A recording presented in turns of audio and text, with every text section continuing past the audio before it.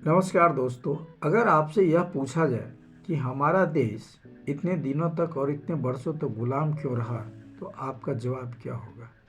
क्या आप सही उसका उत्तर दे पाएंगे?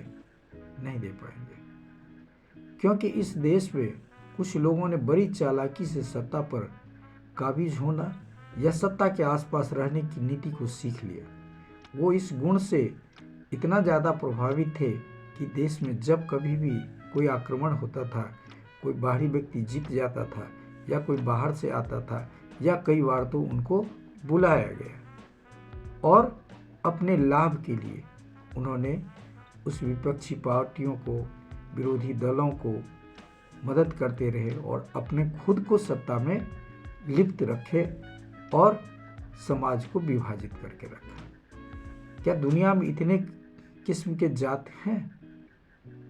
क्या मानव का विकास धरती पर इसी क्रम में हुआ था कि कोई किसी के बाह से पैदा हो जाए, कोई किसी के मुंह से पैदा हो जाए, हाथ से पैदा हो जाए, पैर से पैदा हो जाए?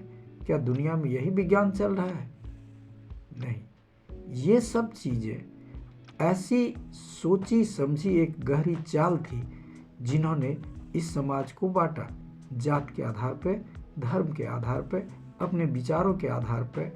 और सबसे बड़ा काम यह समाज ने यह किया कि समाज के एक बहुत बड़े वर्ग को शिक्षा और ज्ञान से दूर रखा।